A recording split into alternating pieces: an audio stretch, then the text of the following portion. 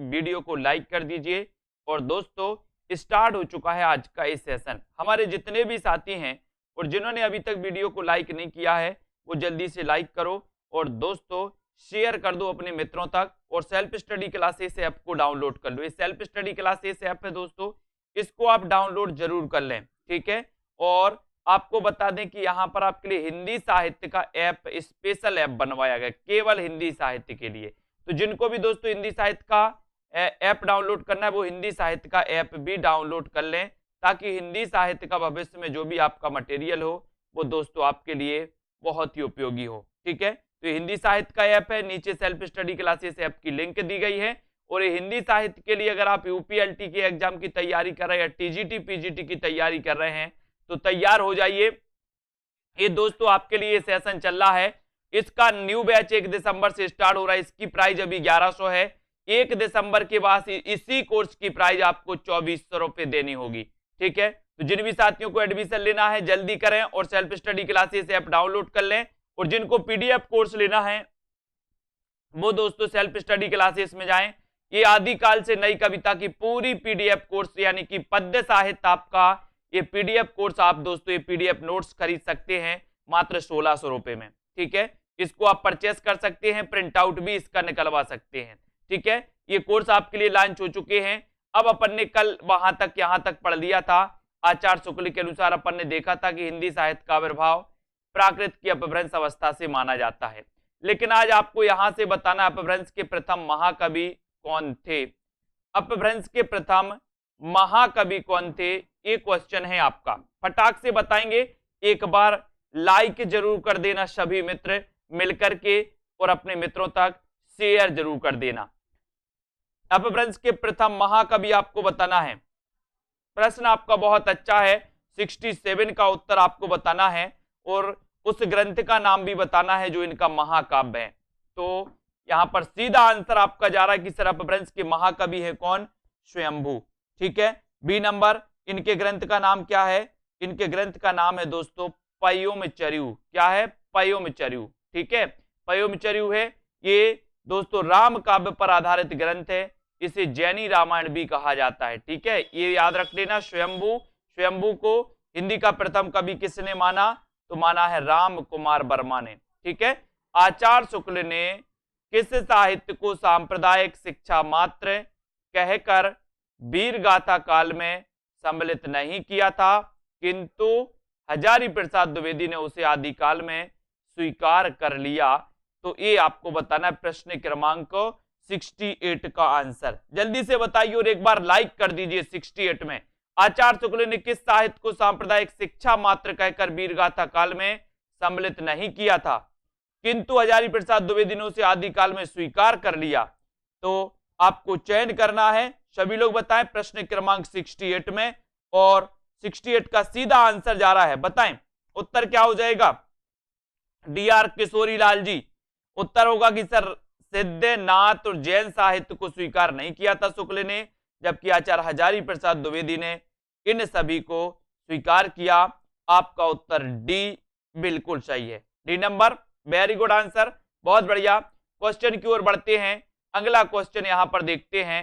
हिंदी साहित्य से तात्पर्य है, क्या तात्पर्य है बताइए। तंत्र मंत्र आदि द्वारा सिद्धि प्राप्त कराने वाला साहित्य, सिद्ध साहित्य से, ठीक है। सिद्ध साहित्य से आपको बताना है, ठीक है।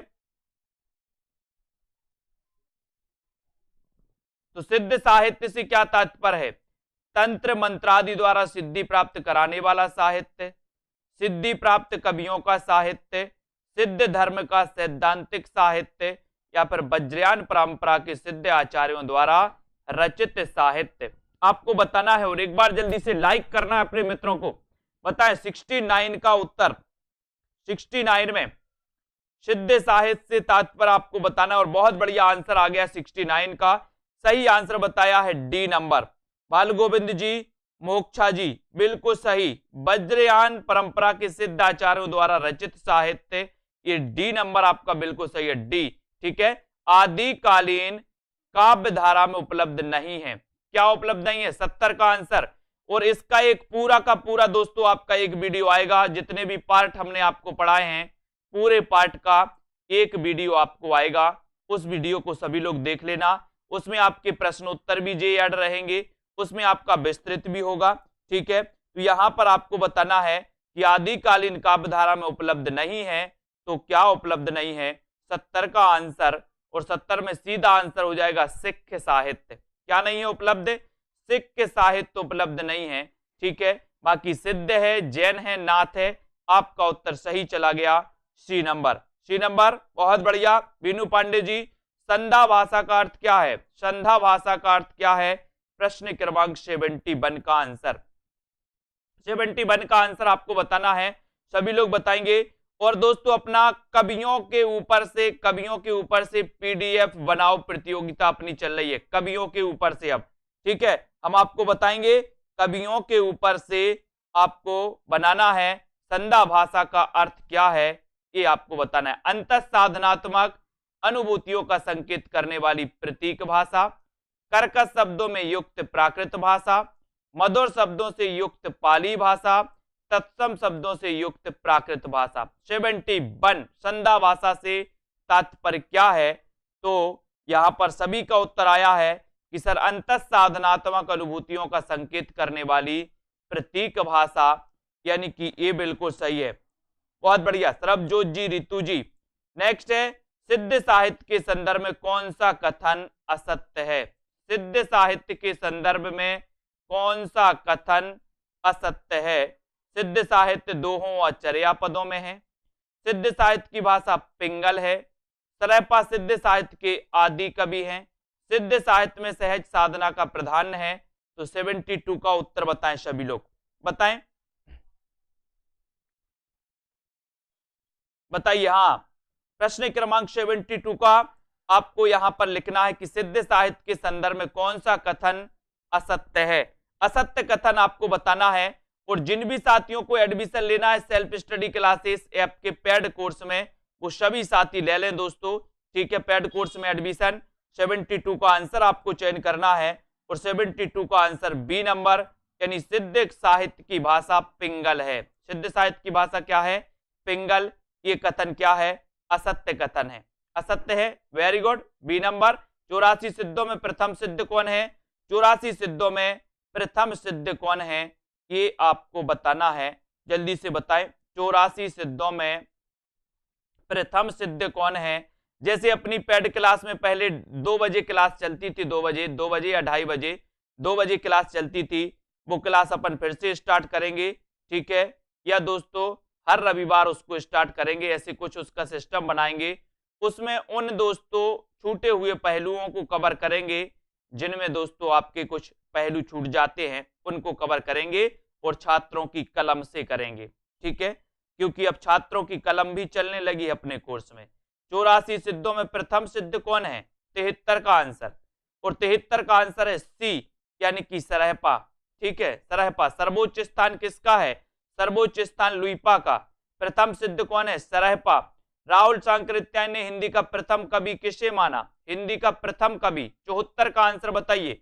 हिंदी का प्रथम कवि किसे माना? सरहपा को, पुष्य पुण्य को, या फिर दोस्तों जल्दी से बताएं।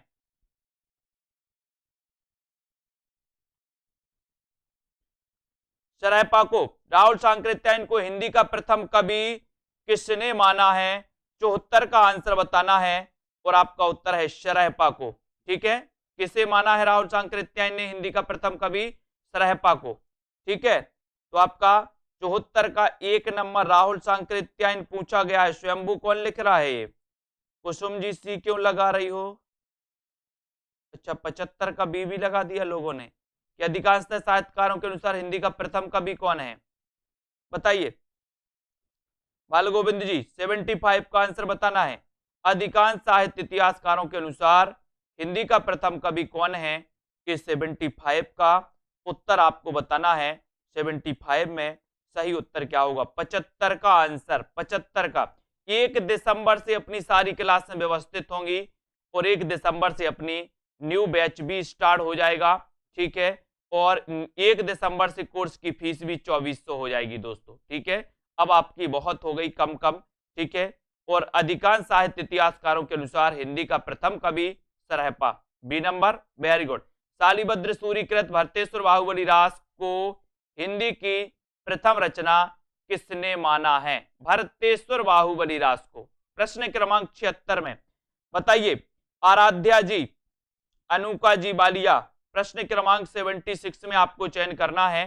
सेल्फ स्टडी क्लासेस ऐप की लिंक नीचे दी है, उस लिंक को आप लोग दोस्तों क्लिक करके उस लिंक से आप लोग जुड़ सकते हैं। और 76 में भरतेश्वर बाहुबली रास को हिंदी की प्रथम रचना माना गणपति चंद्रगुप्त ने। गणपति सी नंबर, बुद्धि के देवता हैं, ठीक है, तो ये सी नंबर आपका सही है। भरतेश्वर बाहुबली रास हिंदी की प्रथम रचना। श्रापकाचार के रचयिता कौन है? श्रापकाचार के रचयिता बताना है रुद्र प्रताप जी। हिंदी की प्रथम रचना श्रापकाचार के रचनाकार कौन है? 77 श्रापकाचार के रचनाकार कौन है? सबरपा, अद्वय वज्र, चरपटनाथ या फिर देवसेन। हिंदी की प्रथम रचना श्रापकाचार के रचनाकार कौन है? ये बढ़िया क्वेश्चन आपसे पूछा गया है। क्या हो जाएगा? श्रापकाचार जैन ग्रंथ है। श्रापकाचार हिंदी की प्रथम रचना मानी जाती है। 933 रचना काल माना जाता है इसका, और इसके रचनाकार कौन है? देवसेन। ठीक है, यानी कि आपका जो डी नंबर है वो बिल्कुल सही है। पुष्या पुण्य को हिंदी का प्रथम कवि किसने? पीजीटी में पूछा गया क्वेश्चन था 78। पुष्या पुण्य को हिंदी का प्रथम कवि किसने माना? किसने माना बताइए। प्रश्न क्रमांक 78 का बताइए, जल्दी बताएं।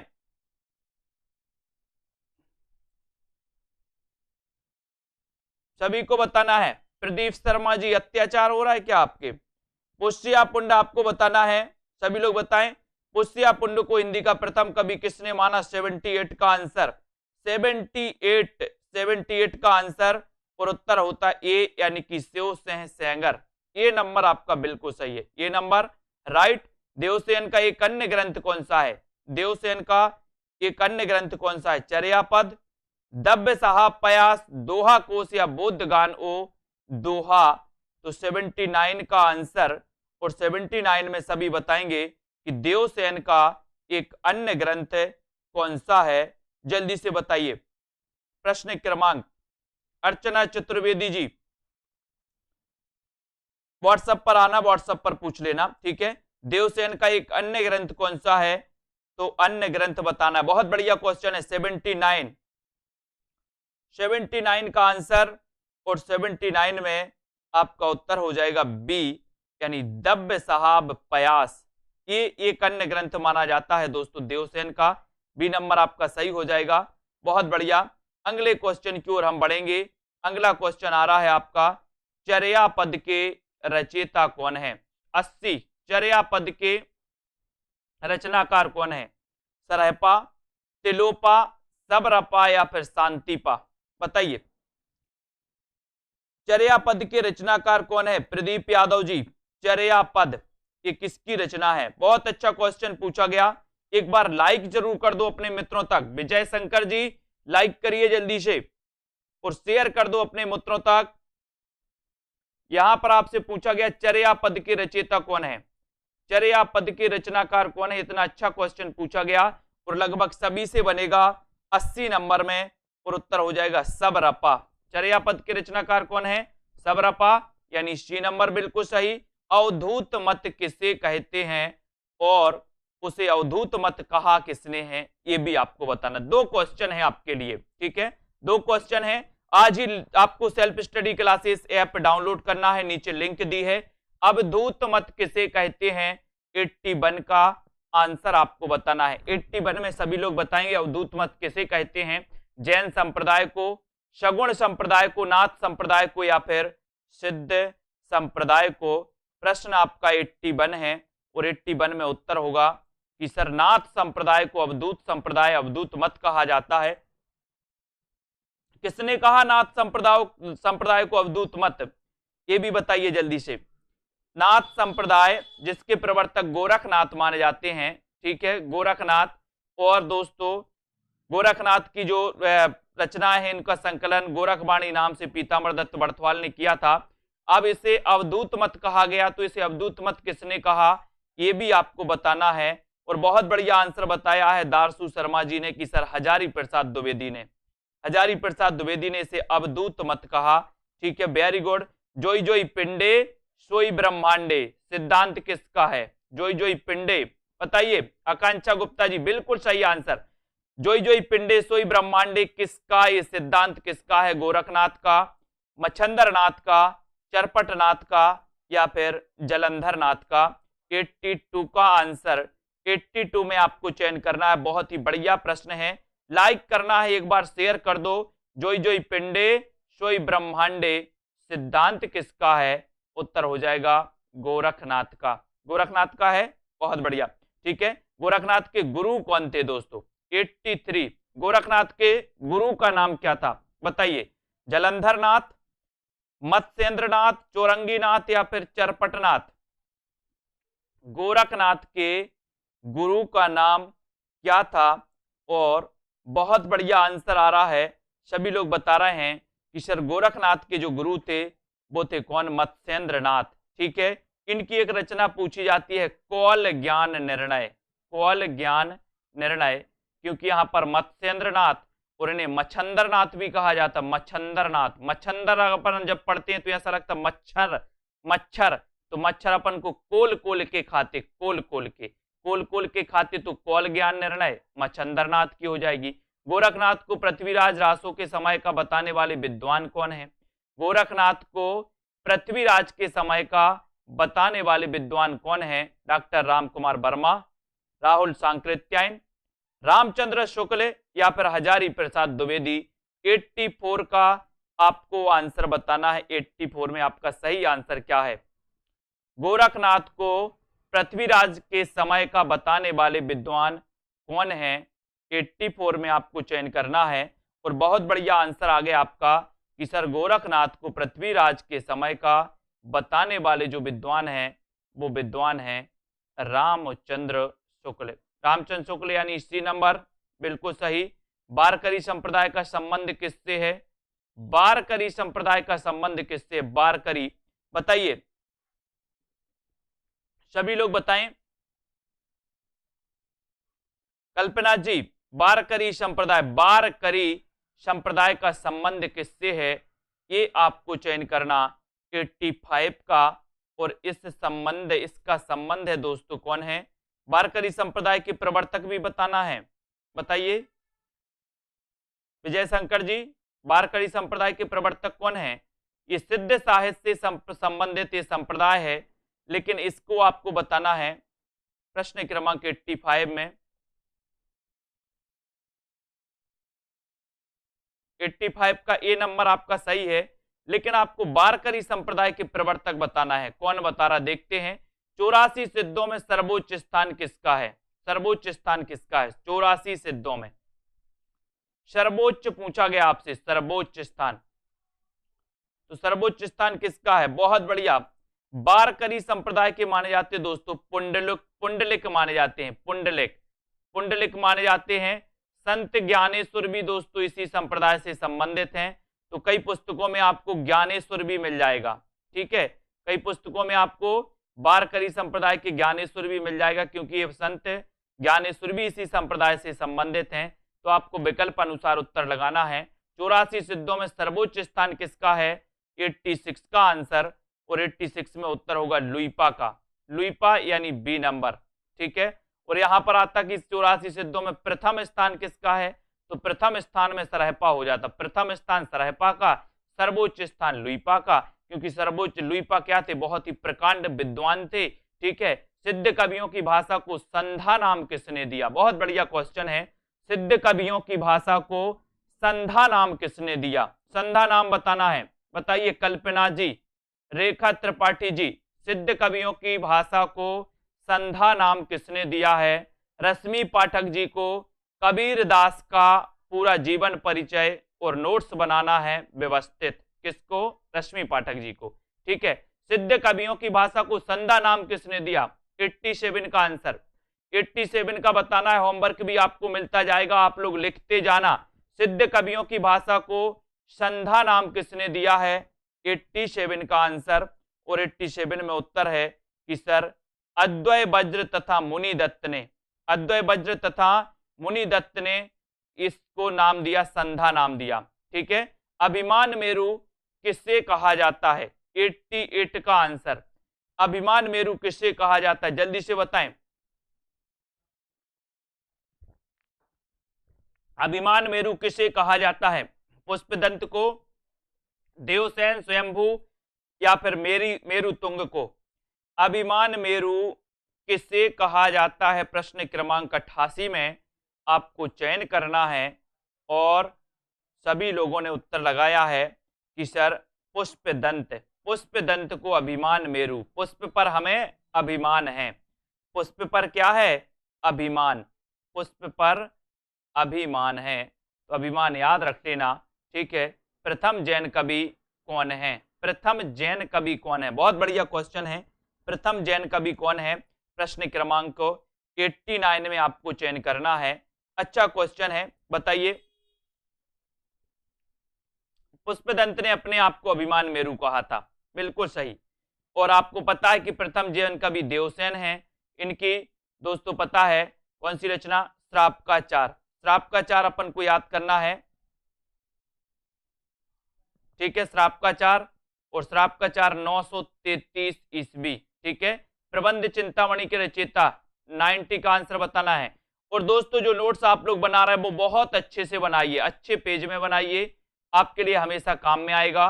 और आप बहुत अच्छे से बनाइए, ठीक है। जैसे आप कबीर को हेडिंग लिखिए जरा, कबीर, इस प्रकार से, फिर नीचे उसमें हेडिंग रचनाएं, फिर ऐसे, फिर इनका जन्म, परिचय, ऐसे करके हेडिंग देखिए और अच्छे कलर्ड पेनों के हिसाब से लिखिए, मजा आएगा। प्रबंध चिंतामणि, अपन को प्रबंध करना है काय का? मेरु का। मेरु का तो मेरु तुंग, ठीक है। मेरु तुंग बी नंबर आपका सही हो जाएगा।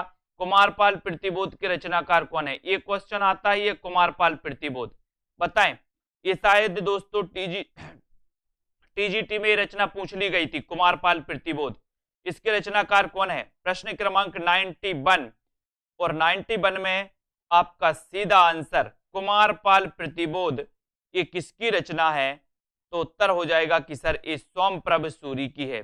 कि हमने कई बार आपको बताया है कि आजकल कुमार लोग क्या कर रहे हैं, यानी कि कुमार यानी कि कुमारे सोमरस का यूज ज्यादा कर रहे हैं। सोमरस समझते हो? सोमरस, कुमार लोग सोमरस का यूज ज्यादा कर रहे, तो कुमार से कुमारपाल और सोम से सोमप्रभ सूरी। अपभ्रंश में दोहा काव्य का आरंभ माना जाता है, बताइए कब से माना जाता है? जो इंदुकृत परमात्म प्रकाश तथा योगसार से, राम सह कृत पाहोड़ दोहा से, सरहपा कृत दोहा कोश से, ढोला मारूरा दोहा से, किससे माना जाता है? अपभ्रंश में दोहा काव्य का आरंभ माना जाता है, तो किससे माना जाता है? 92 का आंसर। और 92 में आपका उत्तर होगा कि सर अपभ्रंश में दोहा काव्य का जो आरंभ माना जाता है वो जो इंदुकृत परमात्म प्रकाश तथा योग सार से, परमात्म प्रकाश तथा योग सार से माना जाता है। यानी कि आपका 1 नंबर जो है वो बिल्कुल सही है, ये number right answer. Very good. यहां पर आते हैं अगले क्वेश्चन की ओर बढ़ते हैं। आपका क्वेश्चन है रेवंत गिरिरास के रचयिता कौन है? रेवंत गिरिरास ये किसकी रचना है? सभी लोग बताएंगे। रेवंत गिरिरास के रचनाकार उद्योतन सूरी, जिनप्रभ सूरी, सोमप्रभ सूरी, या फिर विजय सेन सूरी? प्रश्न क्रमांक 93 में सभी लोग एक बार लाइक जरूर कर दें। रेवंत गिरिरास के रचनाकार कौन है? 93 का उत्तर आपको चयन करना है। लाइक कर देना है, एक बार शेयर कर देना। Self study classes app download कर लो, नीचे लिंक दी गई है। और कुसुमलता जी जल्दी से बताना है रेवंत गिरी, और रेवंत गिरी, गिरी यानी पर्वत, और पर्वत पर अपन को क्या प्राप्त करनी? विजय। विजय प्राप्त करनी, तो विजय सेन सूरी। विजय सेन सूरी यानी डी नंबर आपका बिल्कुल सही है, 93 का आंसर, ठीक है। पर्वत गिरी पर हमें विजय प्राप्त करनी, तो विजय सेन सूरी, डी नंबर। अपभ्रंश के भाषिक और व्याकरणिक रूप का स्पष्ट और सुव्यवस्थित विवेचन किसने किया? किसने किया बताएं। 94 का आंसर सभी लोग बताएंगे। अपभ्रंश के भाषिक और व्याकरणिक रूप का स्पष्ट और सुव्यवस्थित विवेचन करने वाले विद्वान कौन है? 94 का चयन करना है। और आपको पता है कि सर अपभ्रंश के जो वैयाकरण हैं वो कौन है? हेमचंद्र। हेमचंद्र हैं, इन्हें क्या कहा जाता है बताइए? हेमचंद्र। ए नंबर आपका सही है, 1 नंबर राइट आंसर हो जाएगा। हेमचंद्र के बारे में एक अच्छी उक्ति प्रसिद्ध है, एक अच्छा प्रश्न आता है, वो कौन सा है बताओ? हेमचंद्र सिद्ध हेमचंद्र या शब्दानुशासन। सिद्ध हेमचंद्र शब्दानुशासन के रचनाकार कौन है? तो केवल आपसे कभी कभी शब्दानुशासन भी पूछा जाता है, तो शब्दानुशासन हेमचंद्र आपका बिल्कुल सही होगा। ठीक है, क्योंकि हेमचंद्र को अपन होमचंद्र पढ़ते और होम पर आप शब्दों का अनुशासन करते कि नहीं? आपके पापा घर पे हैं तो आप चिल्ला के नहीं बोल सकते, आप गाली गलौच नहीं कर सकते, डर रहता पापा हैं। तो होमचंद्र पर हम क्या करते? शब्दों का अनुशासन करते हैं। ठीक है, आसगु, आसगु या आशोक कवि की रचना कौन सी है? प्रश्न क्रमांक 96 का आंसर आपको चयन करना है। आशोक कवि की रचना कौन सी है? सभी लोग बताएंगे। बहुत ही अच्छा क्वेश्चन है लाली जी, 96 का आंसर राइट बताना है। आशोक कवि की रचना कौन सी है? बहुत बढ़िया क्वेश्चन है, और लाइक कर देना। अपभ्रंश का पाणिनि कहा जाता है कि प्राकृत का पाणिनि। यहां पर 96 का आंसर, 96 में आपका उत्तर होगा सी, यानी कि आपका जो सी है चंद्र वाला रास, चंदन वाला, ये चंद्र वाला नहीं है, चंदन वाला रास है, चंदन वाला रास। सी नंबर आपका सही होगा। ठीक है, वेरी गुड। नायिकाओं का नक्सिक वर्णन मिलता है दोस्तों, ये क्वेश्चन आपके क्वेश्चन में पूछा गया था। 97 का आंसर, उत्तर थोड़ा सा गड़बड़ था इसका। इसका दोस्तों 7 नायिकाओं के नक्सिक वर्णन का वो मिलता है, ये क्वेश्चन आया था। ये क्वेश्चन थोड़ा सा बढ़ा दिया था उन्होंने, नायिकाओं का नक्सिक वर्णन किसमें मिलता है, ये क्वेश्चन आया था आपके टीजीटी एग्जाम में। ठीक है, थोड़ा सा क्वेश्चन को घुमा दिया गया था, लेकिन आपका उत्तर यहां पर क्या होना था? क्या होना था? आपका उत्तर होना था कि रोड़ाकृत राउल बेल, रोड़ाकृत राउल बेल, यानी डी नंबर आपका सही है। इस क्वेश्चन को थोड़ा घुमा दिया गया था, क्वेश्चन यही था। ठीक है, ये राउल बेल में नायिकाओं के नक्सिक वर्णन की परंपरा दोस्तों इसमें मिलती है। ठीक है, और यहाँ पर नक्सिक वर्णन की परंपरा भी यहीं से प्रारंभ होती है, राउल बेल से, रोड़ाकृत। ठीक है, इसको याद कर लेना है, राउल बेल। यहाँ पर डिंगल का सबसे पहले प्रयोग मिलता है, तो किसमें मिलता है? 98 का आंसर बताना है मनोरमा यादव जी। 98 डिंगल का सबसे पहले प्रयोग मिलता है राजा बांकीदास कृत को कवि 32 में, ज्योतिषोर कृत वर्ण रत्नाकर में, अब्दुल रहमान कृत संदेश रासक में, या कुशल लाभ कृत ढोला मारूला दुहा में। प्रश्न क्रमांक 98 का आंसर सभी लोग बताएंगे, और एक बार वीडियो को लाइक जरूर करना। और दोस्तों जिन भी साथियों को एडमिशन लेना है सेल्फ स्टडी क्लासेस ऐप जरूर डाउनलोड कर लेना। ठीक है, 98 का आंसर आपको चयन करना, और 98 में आपका उत्तर है कि डिंगल का सबसे पहले जो प्रयोग मिलता है वो राजा बांकीदास कृत कुकवि 32 में, ए नंबर कुकवि 32 में मिलता है। 1 नंबर आपका बिल्कुल सही है। ठीक है, राजा बांकीदास कृत कुकवि 32 में इसका उल्लेख मिलता है। सिद्ध सेन कृत बिलास बई कहा किस कोटि का काव्य है? 99 सिद्ध सेन कृत बिलास बई कहा किस कोटि का काव्य है? कृष्ण काव्य है, वीर काव्य है, भक्ति काव्य है, या फिर प्रेम काव्य है? तो ऐसे कितने साथी हैं जिन्होंने सेल्फ स्टडी क्लासेस को ऐप को डाउनलोड नहीं किया अभी तक? बताएं। अनीता मौर्य जी, प्रमोद सैनी बताइए, सिद्ध सेन कृत बिलास बई कहा किस कोटि का काव्य है? 99 में आपको पूछा गया, और 99 में प्रेम कथा काव्य है। सी नंबर प्रेम कथा काव्य है, सी आपका बिल्कुल सही है। रोमांटिक महाकाव्य है, तो कौन सा है रोमांटिक महाकाव्य? धनपाल कृत भविष्यत कहा, रोड़ाकृत राउल बेल, अब्दुल रहमान कृत संदेश राहक, या फिर दोस्तों दामोदर कृत उक्ति व्यक्ति प्रकरण। रोमांटिक महाकाव्य कौन सा है? ये आपका 100 नंबर का उत्तर आपको चयन करना है। 100 में आपका राइट आंसर क्या हो जाएगा? रोमांटिक महाकाव्य आपसे पूछा गया, और उत्तर होगा कि सर धनपाल कृत भविष्यत कहा। ये क्या है? ये क्या है? रोमांटिक काव्य है, यानी कि आपका 100 नंबर, क्योंकि आप धन भी क्या करते हो? भविष्य के लिए आप धन का संचय करते हो, तो धन से धनपाल कृत भविष्यत कहा। कभी कभी ऐसा पूछा जाता है कि दोस्तों भविष्यत कहा के रचनाकार कौन है, तो आपको बताना है धनपाल। ठीक है, और ये धन का अर्जन करते हैं, हम बोले सर बड़े रोमांटिक तरीके से करते हैं। रोड़ा की राउल बेल, अब्दुल रहमान की संदेश राशक, संदेश भेजना अब दूर नहीं। दामोदर कृत उक्ति, उक्तियों में दम होता है कि नहीं होता? उक्तियों में जो प्राचीन काल की परंपराओं की उक्तियां अपन पढ़ते हैं, उन उक्तियों में क्या होता है? दम होता है। दम होता कि नहीं होता? होता है ना? ये आपने सुना होगा, कई अपना काम बनता और भाड़ में जाए जनता, उक्ति है ये पहले पारी। व्यक्ति क्या करते हैं, आज का आदमी ऐसा ही है दोस्तों, क्या है कि आपके साथ वो जब तक आपके साथ रहेगा, जब तक आप उसका क्या करते रहोगे? साथ देते रहोगे। आप एक गलती करके देखो, आप एक गलती करके देखो, आप क्या हो जाओगे? आप आउट हो जाओगे, आउट, बाहर, उस आदमी के दिमाग से निकल जाओगे। ठीक है, तो ये दामोदर कृत उक्ति व्यक्ति प्रकरण, इसको याद कर लेना। ऐतिहासिक चरित्र काव्य बताना है, कौन सा है? ऐतिहासिक चरित्र काव्य 101 का उत्तर और बी है कीर्ति लता। कीर्ति लता, इसे दोस्तों ऐतिहासिक चरित्र काव्य बी नंबर, बी नंबर आपका बिल्कुल सही है, ऐतिहासिक चरित्र काव्य। ठीक है, ऐतिहासिक चरित्र काव्य कीर्ति लता। और इसको विद्यापति ने क्या कहा था? कहानी कहा था, कहानी। भाषा क्या है इसकी? अवहट्ट। कीर्ति पताका, इसकी भाषा भी अवहट्ट है, लेकिन कीर्ति पताका नोटिस मात्र है। कीर्ति पताका क्या है? नोटिस मात्र है, नोटिस मात्र। कभी कभी पूछा जाता है कि विद्यापति की कौन सी रचना नोटिस मात्र है, तो कीर्ति पताका। पदावली मैथिली भाषा में रची गई, पदावली।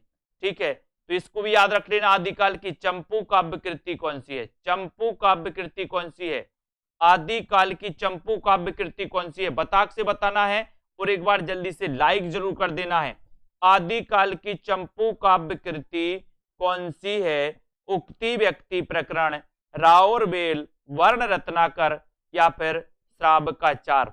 जल्दी से बताएं, एक बार लाइक कर दें, शेयर कर दो अपने, जल्दी से। कॉमेडी गुरुजी शेयर कर दो भैया, डाउनलोड कर लो। उसमें नाम डालना पड़ता है, नंबर डालना पड़ता है, जीमेल डालना पड़ता है, और एक बार अपने मोबाइल की मेमोरी को चेक करना पड़ता है कि मोबाइल में मेमोरी है कि नहीं है। आदिकाल की चंपू काव्य कृति कौन है? राउल बेल। रचनाकार कौन है? रोड़ा कवि। ये शिलांकित कृति है राउल बेल। मालवा की एक दोस्तों शिला पर अंकित है, शिलांकित कृति, और इससे नक्सिक वर्णन की परंपरा की शुरुआत होती है। सुरेश जी, नक्सिक वर्णन की परंपरा की शुरुआत होती है, ठीक है, किससे? राउल बेल से। उक्ति व्यक्ति प्रकरण दामोदर शर्मा की है। वर्ण रत्नाकर दोस्तों, वर्णों को ज्योति में पढ़ना है, ज्योति में, तो ज्योतिरीश्वर ठाकुर की है। श्रावकाचार देव, श्रावकाचार देव तो श्रावकाचार की रचना है। शिलाओं पर लिखा हुआ काव्य कौन सा है? ये पूछ लिया गया आपसे, ठीक है, तो शिलाओं पर लिखा हुआ जो काव्य है वो कौन सा है? तो आपका उत्तर होगा, या शिलांकित कृति कौन सी है? उत्तर चला जाएगा राउल बेल। राउल बेल शिलांकित कृति है। 63 सलाहका पुरुषों के जीवन का वर्णन हुआ है, किसमें हुआ है? 104 का उत्तर बताना है, लाइक कर देना अपने मित्रों तक, शेयर कर दो सभी साथी। 63 सलाहका पुरुषों के जीवन का वर्णन किसमें हुआ? आपको बताना। बहुत बढ़िया क्वेश्चन है। आपने पढ़ा होगा कि पुष्पदंत, पुष्पदंत और स्वयंभू, एक क्वेश्चन आता है, पुष्पदंत कौन सी शताब्दी के थे, स्वयंभू कौन सी शताब्दी के थे? जल्दी से बताओ, मैंने आपको ट्रिक से याद करवाया था। सभी लोग बताएं। यहां पर 63 सलाहका पुरुषों के जीवन का वर्णन है, तो वो है महापुराण में। महापुराण के रचनाकार, महापुराण के रचनाकार पुष्पदंत। पुष्पदंत ने अपने आप को क्या कहा था? अभिमान मेरु कहा था। अब पुष्पदंत कौन सी शताब्दी के हैं, जल्दी से बताओ, और स्वयंभू कौन सी शताब्दी के हैं, ये भी आपको जल्दी से बताना है। सेल्फ स्टडी क्लासेस ऐप को डाउनलोड कर लेना है। उसके बाद धीरे से नीचे आते हैं, यहां पर साहित्य का इतिहास दर्शन के लेखक कौन है। अब एक चीज बताना, यहां से एक ट्रिक निकलती है कि साहित्य के अगर इतिहास के दर्शन करना है तो दर्शन कैसे करोगे? कान से करोगे या फिर नाक से करोगे? कैसे करोगे बताइए? बहुत बढ़िया। पुष्पदंत 10वीं शताब्दी के थे और स्वयंभू 8वीं शताब्दी के। मैंने आपको याद करवाया था कि जब आप 10वीं पढ़ते थे, 10वीं में पुष्प कौन कौन ने दिया था? 10वीं में फूल देना सीख गए थे कि नहीं? बोले सर बहुत दिए गुलाब के फूल। तो 10वीं में पुष्प दिए आपने, पुष्प दिए, पुष्प 10वीं में, जब आप 10वीं में पढ़ रहे थे तो पुष्प दिए, तो पुष्पदंत 10वीं शताब्दी के, ठीक है। और 8वीं की बात करो तो 8वीं में आप स्वयं पास हो गए थे, नकल नहीं करी थी आपने, कि नकल करी थी 8वीं में? बोले सर 8वीं में हम स्वयं पास हो गए थे, नकल नहीं की थी, बाकी अब नकल करनी पड़ती है। ठीक है, तो 8वीं याद रख लेना कि सर ये पुष्प दंत 10वीं शताब्दी, 8वीं में स्वयं पास हो गए तो स्वयं से स्वयंभू हो जाएंगे। ठीक है, साहित्य के इतिहास दर्शन करना है तो लोचन की जरूरत पड़ेगी, आंखों की जरूरत पड़ेगी। ठीक है, तो यहाँ पर नलिन बिलोचन शर्मा हो जाएंगे, डी नंबर आपका सही हो जाएगा। ठीक है, इतिहास लेखन की सबसे अविकसित पद्धति कौन सी है? प्रश्न क्रमांक 106, अविकसित पद्धति बताना है। 106 में राहुल राज जी बताइए 106 का आंसर। शेयर कर देना अपने मित्रों तक और self study classes app download कर लेना और बहुत ही बढ़िया तरीके से अपन को पढ़ना है कि विधेयवादी पद्धति, वर्णानुक्रम पद्धति, समाजशास्त्री पद्धति या फिर कालानुक्रम पद्धति। और 106 का आंसर बिल्कुल राइट आंसर आपका चला गया कि सर अविकसित पद्धति है वर्णानुक्रम पद्धति। और वर्णानुक्रम पद्धति में अपना कौन सा ग्रंथ लिखा गया था? बताइए कौन सा ग्रंथ लिखा गया था? कौन सा ग्रंथ लिखा गया वर्णानुक्रम पद्धति में? बताएं, फटाक से बताना है आपको। आदि काल में चरित काव्य सर्वाधिक किस साहित्य में रचे गए? आदि काल में चरित काव्य सर्वाधिक किस साहित्य में रचे गए? अच्छा क्वेश्चन है, बताना है। और वर्णानुक्रम में किसने ग्रंथ लिखा था? रामदयाल सिंह जी, निष्ठा त्रिवेदी जी, रीता कांत जी, सभी लोग बताएंगे। और एक बार जल्दी से लाइक जरूर कर देना, अपने मित्रों तक शेयर कर देना दोस्तों। आदिकाल में चरित काव्य सर्वाधिक किस साहित्य में रचे गए? ये क्वेश्चन आपसे पूछा गया है। और 107 में आपका सही उत्तर हो गया, गारसा दत्तासी ने वर्णानुक्रम पद्धति में ग्रंथ लिखा था। बहुत बढ़िया। सबसे ज्यादा चरित काव्य लिखे गए जैन साहित्य में, और सबसे ज्यादा प्रमाणिक साहित्य भी जैन साहित्य माना जाता है। ठीक है, पुरुष कहानी हो कहो जस पुत्थाबे पुण्य, ये किस कवि की उक्ति है? किस कवि की उक्ति है? पुरुष कहानी हो कहें कहो जस पुत्थाबे पुण्य, ये किस कवि की उक्ति है? 108 का उत्तर आपको बताना है। 108 में आपको चयन करना है किस कवि की उक्ति मानी जाती है एक नंबर में। और एक नंबर यानी कि 108, और 108 का उत्तर हो जाएगा आपका विद्यापति। विद्यापति यानी कि बी नंबर आपका सही है, विद्यापति आपका राइट आंसर है। बहुत बढ़िया आंसर, पुरुष कहानी हो कहो जस पुत्थाबे पुण्य, बी आपका राइट। आचार्य विश्वनाथ प्रसाद मिश्र की कृति कौन सी है? विश्वनाथ प्रसाद मिश्र की कृति कौन सी है, ये आपको चयन करना है। आकाश, आकाश जी बताइए, सभी लोग बताएंगे। मनोरमा यादव, प्रश्न क्रमांक 100 में बताना है। श्यामलता पांडे जी, 109 का उत्तर क्या हो जाएगा? आचार्य विश्वनाथ प्रसाद मिश्र की कृति कौन सी है? तो अपन ने पढ़ा था 109 में, पढ़ा था क्या? हिंदी साहित्य का अतीत। हिंदी साहित्य का अतीत, सी नंबर आपने टिक लगा दिया। विश्वास मलिक जी, सी नंबर हिंदी साहित्य का अतीत, सी नंबर सही है। गोरख की वाणियों का सर्वप्रथम संग्रह किसने किया? गोरख की वाणियों का सर्वप्रथम संग्रह किसने किया है? तो ये प्रश्न क्रमांक 110 में आपको उत्तर बताना है। 110 का उत्तर आपको चयन करना है, जल्दी से बताएं, यहां पर बताना है। और यहां पर 110 में बीनू पांडे जी को होमवर्क है कि आपको तुलसीदास का पूरा जीवन परिचय लिखना है। तुलसीदास जी का, बीनू पांडे जी को तुलसीदास का पूरा जीवन परिचय लिखना है। गोरख की वाणियों का सर्वप्रथम संग्रह किसने किया? 110 का उत्तर, और उत्तर है सी यानी पीताम्बर दत्त बड़थवाल। ठीक है, गोरख की वाणियों का। ठीक है, बहुत बढ़िया। स्वयंभूकृत पयोमचर्यु की विषय वस्तु किससे संबंधित है? प्रश्न क्रमांक 111। लाइक करना है मित्रों और शेयर कर देना है। एक बार सभी लोग शेयर करेंगे जल्दी से। प्रश्न क्रमांक 111 में विश्वास मलिक जी, और 111 में कि सर ये स्वयंभू का जो है ये राम कथा से संबंधित है। 111 राइट है। ठीक है, अपभ्रंश का आदि कवि कौन है? लास्ट क्वेश्चन, सभी लोग बताएंगे अपभ्रंश का आदि कवि कौन है 112 में। और आपका उत्तर चला जाता है कि सर अपभ्रंश का आदि कवि यानी कि 112, और उत्तर चला जाएगा स्वयंभू यानी D number. D number right answer है। बहुत बढ़िया, वेरी गुड। लाइक करते हुए शेयर करना है अपने सभी साथियों को, ठीक है। और दोस्तों जिनको भी और होमवर्क चाहिए है वो बता देना कि सर हमें भी चाहिए है, अपनी पेड क्लास के जितने भी साथी हैं, ठीक है, वो भी करेंगे, कुछ लिखेंगे, उनको याद भी हो जाएगा, बढ़िया तरीके से याद भी करना है। एक एक कवियों को आप लिखोगे तो कई कवियों के बारे में आप लिखते जाओगे और अच्छा रहेगा। 10-15 मिनट अगर रोज लिखोगे तो। सेल्फ स्टडी क्लासेस ऐप को डाउनलोड कर लो, नीचे लिंक दी गई है, ठीक है। ये हिंदी साहित्य का ऐप है, आप प्ले स्टोर से इसको सर्च कर सकते हो, दारसू शर्मा जी, ठीक है। यूपीएलटी ग्रेड एग्जाम दोस्तों आपका आने वाला है, टीजीटी पीजीटी अगर कोई एग्जाम आपके बीच में आते हैं तो इसके लिए आप दोस्तों 1100 में एडमिशन ले सकते हैं अभी दिसंबर तक, ठीक है। और ये पद्य साहित्य का पूरा दोस्तों हिंदी नोट्स जिनको खरीद परचेस करना है आदिकाल से नई कविता के, वो पीडीएफ नोट्स परचेस कर सकते हैं यूपीएलटी टीजीटी पीजीटी आरपीएससी एग्जाम के लिए, ठीक है, ऐप में जाकर के। तो बहुत बढ़िया, धन्यवाद सभी साथियों को, ठीक है। पिंकी जी और रागिनी वर्मा जी पेड के कोर्स से हैं, रागिनी वर्मा जी, कल्पना जी, ठीक है। तो रागिनी वर्मा जी आपको लिखना है सूरदास जी के बारे में, सूरदास जी के बारे में लिखिए, और बिल्कुल ठीक है, सूरदास जी के बारे में लिखिए, बहुत बढ़िया। सौरभ वर्मा जी आपको लिखना है, सौरभ वर्मा जी आपको जयशंकर प्रसाद के बारे में लिखना है, जयशंकर प्रसाद, ठीक है, जयशंकर प्रसाद के बारे में लिखिए आप, बहुत बढ़िया, धन्यवाद। कॉमेडी गुरु कुमकुम जी, जसवर सिंह जी, माया राम जी, आकाश आकाश जी, बिल्कुल आप निराला जी के बारे में लिखिए, आकाश आकाश, निराला जी के बारे में लिखना है, आकाश आकाश जी, बहुत बढ़िया,